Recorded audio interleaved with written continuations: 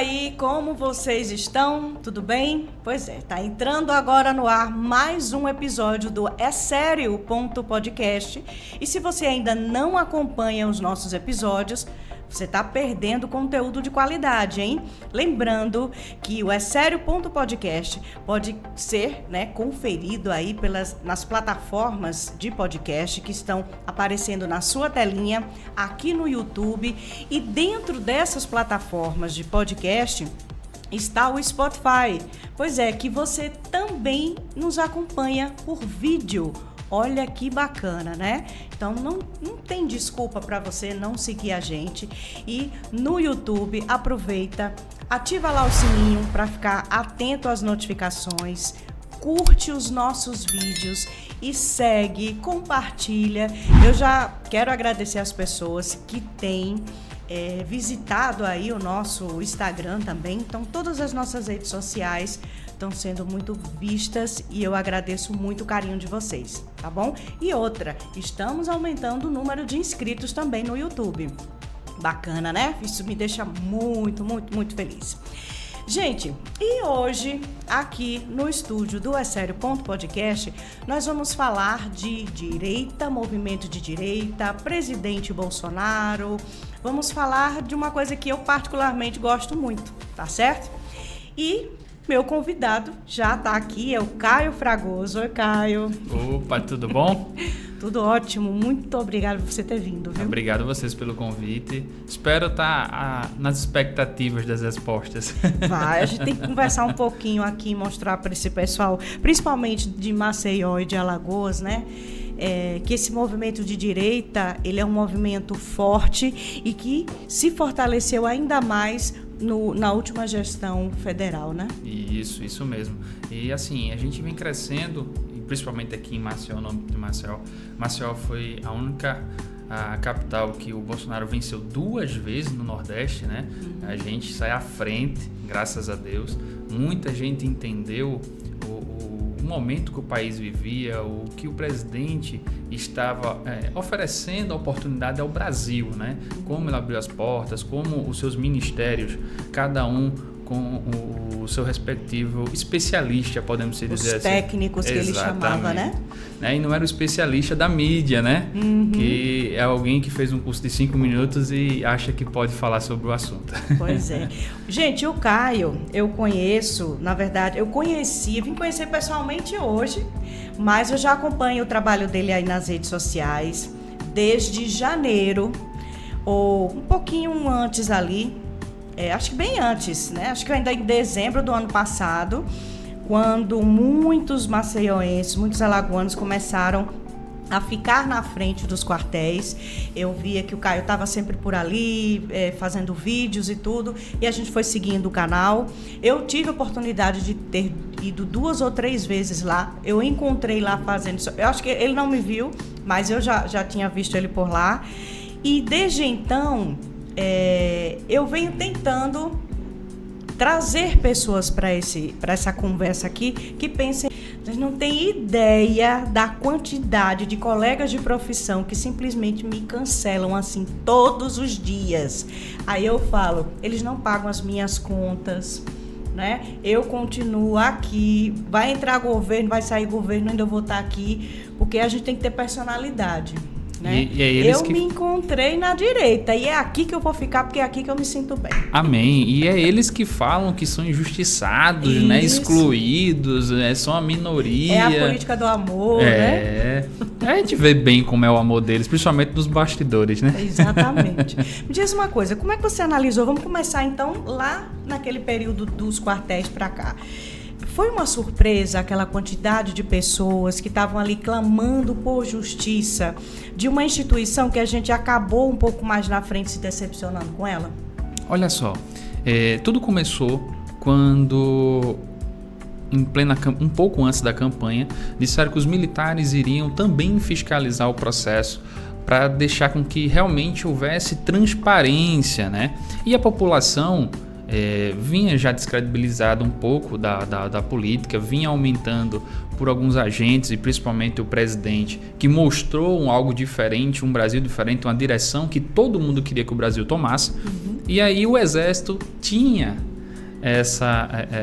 esse apreço da população em ser firme, em realmente falar a verdade. Era tudo isso que a gente acreditava. Porque eu acho que isso foi baseado muito na época lá do regime militar, né? Isso. Daquela impressão que naquela época os militares deixaram pra gente, porque eles livraram o Brasil de sermos comunistas desde aquela época. Exatamente. Então essa confiança meio que ficou com um reflexo lá de trás. Isso. Só que não foi muito o que aconteceu agora, né? Exatamente. Então, assim, principalmente a população mais idosa, a população mais antiga, você via muito na porta dos quartéis. Isso era. Porque esperavam a reação, mas dizia assim, a reação que eles esperavam era o seguinte: valeu ou não valeu, né, o período eleitoral? Era só isso. Porque eles disseram, não, a gente vai fiscalizar e estamos aqui para o que der em vier. Beleza. E aí, depois que passou, a gente viu várias incongruências, vários erros, várias coisas que escandalizaram em si no período político. E aí esperamos uma reação dos militares. Ó, isso aqui não valeu, isso aqui deu certo, não deu. Só era ter dito isso. Eu acho que não tinha ficado tanto tempo na porta dos quartéis. Mas não, o silêncio deles reinaram. E aí a população disse, não, deve estar trabalhando, deve estar investigando. Deve estar investigando o código-fonte, receberam Exatamente. E tal, esse bendito código-fonte, né? E não foi bem isso no final das contas que aconteceu. E foi aquela decepção no 8 de janeiro. Praticamente eles fizeram como se os patriotas, os cidadãos brasileiros que estavam exigindo apenas respostas, eles entrassem num ônibus. Meio que, se a gente for assistir esses filmes de campos de concentração da Alemanha, era basicamente o que eles faziam com os judeus, né? Eu visualizei muito isso quando eu vi senhorinhas de 60, 70, 80 anos, crianças, famílias inteiras entrando naqueles ônibus. Olha, eu fico arrepiada só de lembrar da cena.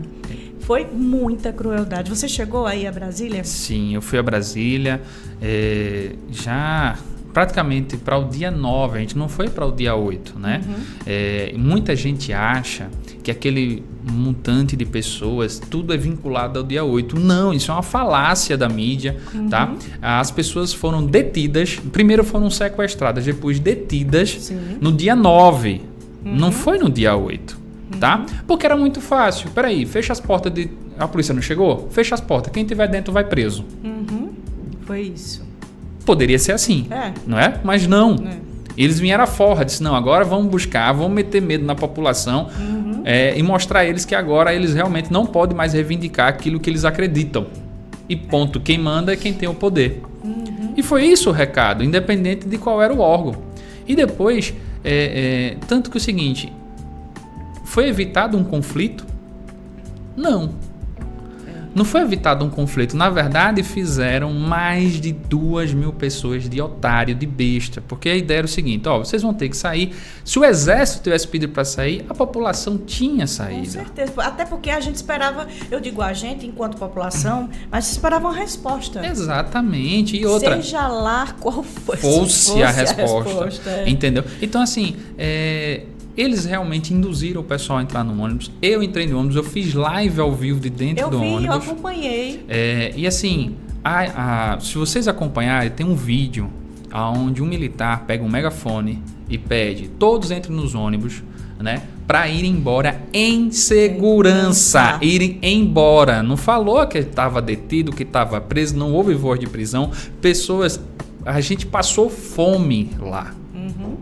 A gente passou fome. Veio chegar às 5 e pouca da tarde. Olha o horário que a galera foi detida. A gente ficou rodando de ônibus. Chegamos na Polícia Federal. Logo no começo, não deixaram o pessoal descer do ônibus e tinha muitos idosos querendo ir no banheiro. Mulheres querendo ir no banheiro e aquela zoada e tal. Aí daqui a pouco cederam e o pessoal pôde ir no banheiro. Já começou a pressão psicológica daí, exatamente. Né? A gente passou mais de 40 minutos dentro dos ônibus, dentro da Polícia Federal. Meu Deus. Então, assim, depois fomos para a academia da Polícia Federal, que aí você vê vários vídeos naquela quadra onde não cabia aquela quantidade de gente. Tinha gente ali, gente, não era a totalidade. Era um cenário de guerra. E não era a totalidade das pessoas, não estava ali dentro, não tinha muita gente do lado de fora, porque não entrava, não tinha como entrar mais. Tava igual o ônibus Benedito, Ponta Verde na hora do rush. Se você tirar o pé, você não devolve pro lugar. Tava desse jeito. Meu Deus. Aí a gente se questiona, até que ponto esse Supremo, o poder que deveria, né, proteger o povo, servir ao povo, porque nem todo mundo ainda tem essa consciência de que Supremo Tribunal Federal é funcionário do povo. Aquela corte, ela só existe porque eu, você e todo mundo que está nos acompanhando paga os impostos. E impostos são muito bem pagos porque pagam as regalias, né? Acabaram de aumentar o salário de novo. Isso é um escárnio com o cidadão. Exatamente. São viagens caras, carros, assessores. Minha gente, acorde, pelo amor segurança de Deus. Armada. Segurança armada. E querem desarmar a população. Exatamente. É tanta falácia, uma em cima da outra, que é difícil você acostumar e manter o nível de equilíbrio até o fim do dia. Exatamente. Porque toda hora, todo minuto, você vê uma situação partindo daquele covil, que eu chamo aquilo ali um covil, né? É muito complicado você chegar no fim do dia e dizer, Deus, tá tudo maravilhoso. Não tá. É pedir equilíbrio para que a gente consiga chegar pelo menos ao fim do dia. Na verdade, sem fé, nem aqui eu estaria hoje para conversar contigo, porque é o seguinte, é por conta da minha fé e por conta que nas minhas orações eu sempre coloco, Senhor, me usa como ferramenta, eu não consigo ser um banana, ser um covarde, eu tenho que lutar, estou lutando pelos meus filhos, pela minha família. As futuras gerações vão agradecer a essa luta de hoje. Exatamente, então é o seguinte, o ativismo LGBTista para cima das nossas crianças, um ativismo judiciário deixando uma insegurança jurídica tremenda no Brasil. Hoje a gente está conversando aqui e a gente não sabe se alguma fala nossa vai ser interpretada de outro modo. E aí daqui a pouco a gente está respondendo ou está preso. Isso não existe. Pois é. Cadê o meu direito constitucional de poder opinar, de poder falar? Aquilo, cara, eles já rasgaram há muito tempo a Constituição. Eu vi recentemente, aliás, ontem, o Pavinato, né, que é advogado, inclusive, e era comentarista da Jovem Pan, ele se recusou, foi um caso bem específico, né? Ele se recusou a se retratar porque ele considerou que um juiz agiu de maneira incorreta com uma adolescente de 13 anos. É uma adolescente. O Estatuto da Criança e do Adolescente tem todo... E para que existe esse estatuto? Exatamente. Se o próprio magistrado não soube respeitar. Então, ele deu a opinião dele de maneira inflamada. A gente viu e tudo, porém, não menos verdadeira. Mas aí o coitado teve que dizer, não, eu não vou me retratar. Acho que ele foi muito mais pelos princípios do que pelo que queriam que ele fizesse. Mas, na verdade, aquilo foi um tiro que saiu pela culatra da própria emissora. Porque é o seguinte, a emissora tirou um cara de referência e mostrou para todo o Brasil que o cara era íntegro, independente da opção dele. Que muitos falam aí sobre opção, a gente respeita, mas o cara foi muito íntegro no que ele colocou e disse, eu não vou. E outra, a emissora coloca a todo começo e final de programa que a emissora tem, essa emissora ela coloca que ela não responde pelas opiniões dos seus comentaristas. E aí também a gente coloca no Morning Show, que agora é Encontro com o Morning, né? Eu pegando... Porque botaram 4 pessoas lá para falar sobre o dia, o que está acontecendo no dia, o que eles acham, tal, sem fundamento nenhum. Você tá entendendo? É o que eles acham. E aí eu chamo de Encontro do Morning. Eu tava vendo hoje, então o Encontro do Morning tava dizendo assim, é um jornalista independente da Jovem Pan. Como com independência? Se tá obrigando ao âncora da sua emissora, um dos melhores, a se retratar de uma coisa que ele não mentiu e ele pode até ter chegado a ofender, mas que o juiz ou o desembargador entre... Que abra um processo direto. Exatamente. Ele, né? E aí a justiça tome conta, e não a mídia. Você lembra lá atrás, quando o próprio STF disse que proibiu o Bolsonaro de falar determinadas coisas que o próprio Lula já tinha escancarado aos 4 ventos, e é para isso que existe a internet. Isso. Porque fica lá, registrado, e não adianta apagar o passado. Ele está querendo regular as redes sociais justamente para impedir o povo de ver o passado que ele traz consigo. Porque Porque uma pessoa que em 1994 dizia uma coisa e quando chega aqui em 2023 é a mesma coisa e você faz de conta que não vê, não enxerga, o burro não é aquele não, é você. É a pessoa que... Entendeu? Eu vejo dessa maneira. Eu votei no Lula em 2002, achei aquilo a coisa mais linda do mundo. Eu digo, meu Deus, um operário, um homem do povo, né? Eles sabem trabalhar a mídia. Sabe, então, um homem do povo. Ele saiu daquela figura... era uma coisa tão horripilante ele, enquanto sindicalista, né? Aí depois veio toda uma campanha do Duda Mendonça para mudar a imagem dele. Pronto, acho que foi nessa imagem que eu ainda caí no primeiro golpe dele, né? Em 2002. Aí eu digo, poxa, aí fiquei feliz, assistia a posse e tal, aquela coisa toda. Quando começou a aparecer os escândalos de mensalão, de petrolão, de não sei o que, eu digo, epa, peraí, foi quando eu acordei. Mas sem querer E cortar ainda seu tem gente raciocínio. que tá dormindo até hoje. Sem você querer cortar o raciocínio, mas pegando o seu gancho e aproveitando que vocês estão prestando atenção nessa explicação que você está dando, Fabiola, mas preste atenção. Você viu que agora no começo do mandato dele, ele fez praticamente a mesma coisa que fez em 2002. Uhum. Vou baixar algumas coisas na canetada. Sim. Depois a gente se vira, o povo vai estar acostumado. No brasileiro tem um problema de normatizar as coisas. Uhum. A coisa vai ficando difícil, aí ele passa, que nem videogame, né? Vai passando, tá melhorando, tá bom, tá chegando, pá, mas não sai do lugar. E, na verdade, o pobre sempre fica mais pobre. É uma fábrica a classe média que eles tanto odeiam, eles vão deixar pobre. Uhum. E quem é milionário vai ficar mais. É, verdade. Vai ficar mais. Socialismo não funcionou em lugar nenhum. É porque eu vejo muito assim. A educação, essa geração, pelo menos a minha, hoje eu tô com 48 anos, eu fui educada por um sistema educacional que nos privou de muitas informações verdadeiras acerca da própria história do nosso país. Sim. A gente só aprendia o que o governo queria que a gente aprendesse, né? Tava tudo lá nos livros, era o MEC que enviava, um colégio particular ou outro usava uma determinada plataforma, mas que tinha como espelho aquilo que o governo queria que você aprendesse. E a gente foi crescendo assim, ó, só olhando para frente, sem aquele tino para a curiosidade de querer, poxa, será que os índios realmente aconteceu isso com os índios? Será que não teve nada de bom nessa colonização? Será? E isso foi... Transformou o bandido em heróis também. Exatamente. E a gente só aprendia aquilo que eles queriam que a gente aprendesse, né? Mas tem algum momento nessa história em que esses fatos que ficaram escondidos com o advento da internet, a gente começou a ter mais acesso. Eu aconselho todo mundo que está nos ouvindo e nos vendo, assistam os documentários da Brasil Paralelo. Top. Eu simplesmente amo. Eu acordei para muita coisa depois que eu assisti aqueles documentários. Tem um maravilhoso, se chama Cortina de Fumaça, que é contando a máfia das ONGs na Amazônia. Sim. Essa historinha de que é para proteger o meio ambiente. Gente, a gente está aí com 7, 8 meses, o maior desmatamento nos últimos 16 anos. E os coleguinhas da imprensa simplesmente fecham os olhos.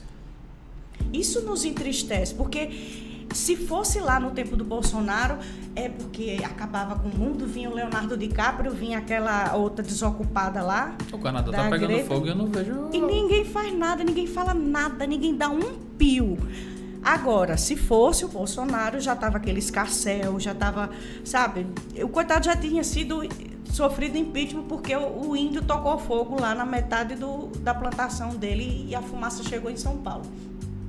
Deixa eu só pegar um detalhe. A esquerda, ela é fenomenal e brilhante em achar solução onde não tem problema. Uhum. Eles trabalham dessa maneira. Eu tenho uma solução para isso aqui. Aí o brasileiro que vive trabalhando honestamente, que não tem tempo, já pega a notícia requentada.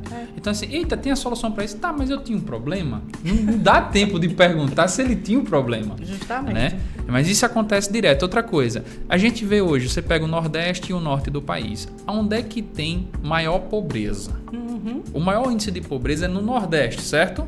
Sim. E porque na Amazônia eu tenho mais de 3.000 ONGs para ajudar lá o índio e tal, até porque a população ainda é menor ainda. Justamente. E no Nordeste eu não chego a 1.000. Uhum. né? Então, assim, infelizmente, nós temos uma população que às vezes está tão abarrotada, está tão emburrecida, podemos dizer assim, com cultura inútil, que não dá para colocar e nem filtrar a maioria dessas informações quando chegam. A gente já passou por isso, a gente já foi enganado. Lógico que hoje a gente abriu os olhos, hoje a gente consegue já identificar uma tendência no jornalismo, mas como é que você começa a passar isso para o povão? Como é que você começa a chegar a mais pessoas? Você está entendendo? Esse hoje eu acho que é o entrave e o X da questão para que a direita consiga trazer a verdade para o brasileiro. E a esquerda fica o tempo inteiro criando narrativas, escondendo a verdade, criando histórias e fazendo com que pessoas simples elas sejam enganadas e acostumadas a receber migalhas, sejam migalhas de informação, sim, migalhas financeiras, porque essa história de vamos aumentar aí Bolsa Família para não sei quanto, vamos lá botar mais gente e aquela pessoa vai passar a vida toda dependendo de Bolsa Família, para a esquerda vai. Né? Não é isso que a gente pensa enquanto ser humano. Você precisa daquele impulso para começar, mas você precisa depois caminhar com as próprias pernas. Exatamente. Não é o que acontece com o pensamento de um presidente da República que a gente tem hoje. Não é assim. Eu andei bastante no Reginaldo, hoje eu visito o Reginaldo. Quem é de Maceió, quem já veio a Maceió, também deve saber onde é que fica o Reginaldo. O Reginaldo é um bairro muito pobre e rico ao mesmo tempo. Ele é pobre no nível social das estrutural, pessoas, digamos estrutural assim, e social da maioria dos seus habitantes, mas rico em talentos, em pessoas dispostas a fazer a mudança. Mas vamos lá, o que é que acontece sempre? A maioria das famílias que eu encontrei lá, a maioria ela tem o Bolsa Família, ela tinha o apoio do governo, podemos dizer, e costurava, e outras eram ambulantes e tal. Só que o seguinte, chegou uma hora que ficou confortável para ela não costurar mais. Isso. Chegou uma hora que para ele vender dentro dos ônibus ou na praia ou no centro da cidade, não ficou mais viável, porque ele já tinha aquele salário ou aquele valor que para ele já era o suficiente sem fazer esforço. E aí tava de boa, e tome menino, e tome menino, tome menino. Quanto isso é uma mais questão... menino, mais dinheiro do Bolsa Família. Exatamente, Bolsa Família, só que né? não cria. A vida cria qualquer pessoa, mas a vida não traz educação. Não traz. Então, assim, nós temos um problema que a gente vai resolver ele a longo prazo, primeiro na educação. No seu tempo ainda, eu não chamando, mas assim, no seu tempo, eu acho que ainda tinha um hino nacional, porque eu peguei o hino nacional. Educação moral e cívica. A gente tinha essa disciplina, OSPB, que era a Organização Política e Social Brasileira. A gente aprendia sobre os partidos, os hinos, as bandeiras e o significado de cada um daqueles símbolos da bandeira do nosso estado. Pergunta hoje para um adolescente desse, para uma criança dessa, alguma coisa da bandeira de Alagoas. Por que existe isso? Por que a cor é assim? Ninguém sabe, minha gente. E assim, a gente tinha que tanto cantar o hino nacional como o hino de Alagoas. Sim. Na segunda-feira, quando chegava, todo mundo perfilado no pátio da escola para poder fazer isso, e também na sexta-feira, antes de ir curtir o final de semana com os pais. Então, assim, isso não existe. E quando, na época do presidente, um ministro da educação quis colocar isso novamente como obrigatoriedade nas escolas, foi o maior escândalo.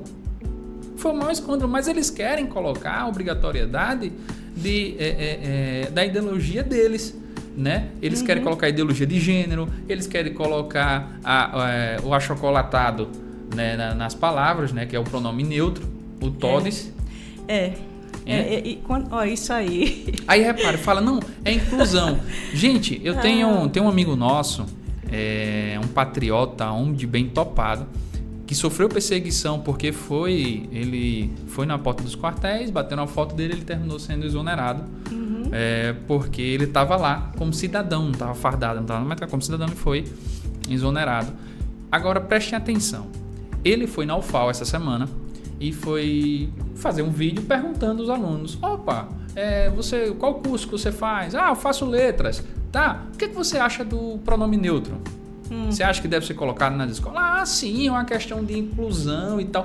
Pô, não sabe inclusão, nem o português de hoje, mas cara, colocar isso. E quando você tem um universitário de letras falando uma besteira dessa, é porque ele não está aprendendo nada. É assassinar a gramática. Até porque se for inclusivo, que essa é a maior desculpa, cadê os mudos, os surdos, a galera do Braille? E essa pessoa fica tudo de fora, os autistas. Sim. Como é? Na inclusão? Por que essa galera fica de fora? Vocês estão botando milhões. 1/4 da população brasileira fica excluída do TODES. Então o todinho não é inclusivo. Justamente. Não é inclusivo. Então assim, se você pesquisar para 5 minutos para ver as pessoas que vão ser afetadas, nós temos aí 1/4 do Brasil, da população do Brasil, que tem esse nível de deficiência, fica de fora do inclusivo do TODES. Sabe o que as pessoas costumam fazer os comparativos, né? Pronto. Quando a direita não gosta de carne, alguém de direita não gosta de carne, ele deixa de comer a carne e tá tudo bem. Exatamente. A esquerda não, ela quer que você não coma a carne e acabe com todos os animais da face da terra. Exatamente. Quando você quer seguir uma determinada religião, ou você não quer mais seguir aquela religião, não quer ir mais para aquela igreja, deixa de ir, procurar alguma coisa mais. Mas não, eles querem impedir de um... Viu o absurdo agora?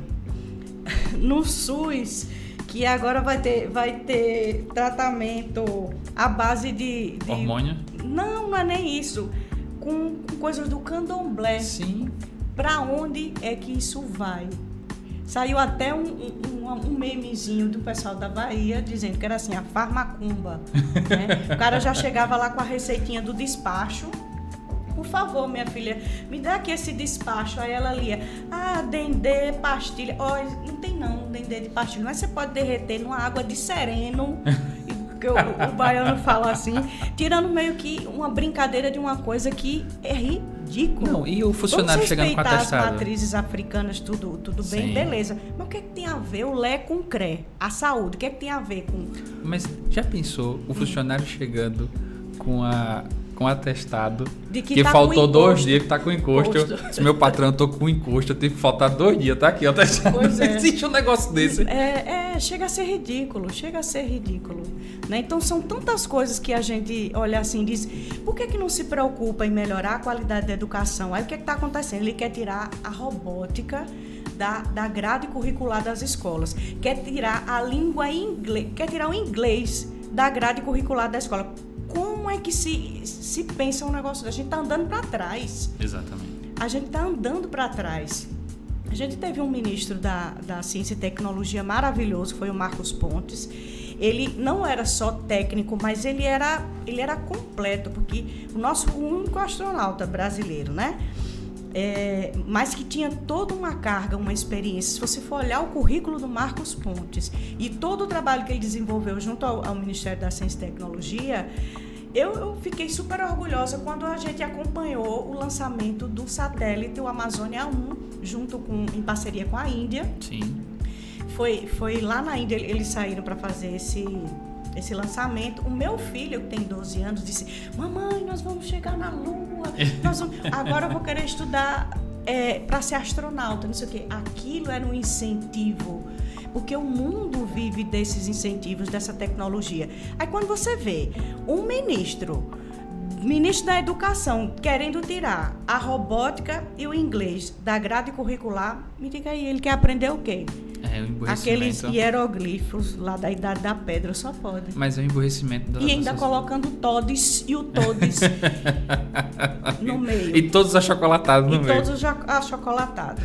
Então a gente está andando para trás. Eu acredito que a gente é um desgoverno.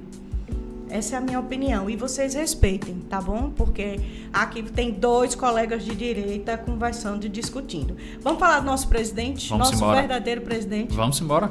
Pois é. Fez um tratamento odontológico de graça. Ficou. E foi o maior enxame na mídia. Ainda mais lindo. E aí disseram que foi do dinheiro que ele recebeu do Pix. E olha, se quiser o Supremo, eu posso mandar o meu CPF já, não precisa nem investigar, viu? Todo mundo manda aí o CPF já para ajudar nas investigações, né? E outra coisa, querem a todo momento achar alguma coisa contra Bolsonaro para prendê-lo. E essa do Pix não vai colar nunca, porque é o seguinte, ele pode pegar, doar, rasgar, tocar fogo, o pessoal deu, tá dado, irmão, independente. Mas ele pediu para pagar as custas processuais, e que ele gaste, e que ele faça transplante. Ele pediu, ele não roubou. Exatamente. Então, assim, qual é o crime? Dá o dinheiro quem quiser, quem se sente, quem tem empatia com a causa que ele defende, que é a nossa. E falando, já me disseram ali que o tempo tá já bem adiantado, mas quero dizer o seguinte, a gente tem uma luta muito grande pela frente, cada um na sua área. Eu digo assim, Deus me deu o dom da comunicação. Amém. Já vou aí com 26, 27 anos como jornalista e basicamente uns 5, 6 como jornalista de direita atuante. Amém. Né? Quiseram me calar um tempinho atrás aí, mas para a tristeza, né, dos invejosos, como dizem, tô aqui viva, seguindo o meu caminho, e enquanto houver fé, como você diz, e Deus na nossa frente, a gente não precisa nem olhar para o lado. E a gente só tem a agradecer por estarmos vivos e torcer para que o nosso país ele consiga se manter até que esses outros caiam. É isso. Eu agradeço a oportunidade que você ter me dado aqui, ter vindo no teu programa. Estou pronto para vir mais vezes para a gente falar sobre os assuntos, decorrer sobre a direita, quais são os pontos, o que a gente está construindo. Vamos ver o que essas CPIs vão trazer de resultado. Exato. Espero que traga resultado, né? É. Esse é o X da questão. Então, muito obrigado. Obrigado a você que está acompanhando aqui a audiência do É Sério. Podcast. Podcast. Sério? Viu? Que Deus abençoe cada um de vocês e tamo juntos. Desistir do Brasil não é uma opção. Então, pode contar conosco. Pois é, e o espaço está aberto, viu? Obrigado. Sempre. Gente, vou ficando por aqui em mais um episódio do nosso É Sério Podcast. Um beijo grande no coração. Segue a gente, compartilha esse vídeo e saiba, aqui é um local, pelo menos até agora, né? Onde você pode falar o que você deseja e é um espaço também de troca de informações, né? Se você não concorda com as informações que estão sendo veiculadas aqui, existe um negocinho que se chama controle remoto. E aí você pode mudar, existe também aquele linkzinho ali que você pode ir para uma outra aba e não assistir, simples assim. Mas o importante é que se estamos ainda numa democracia, que as opiniões, mesmo que contrárias, elas sejam respeitadas, tá bom? Beijo grande, a gente se vê no próximo episódio. Tchau, tchau.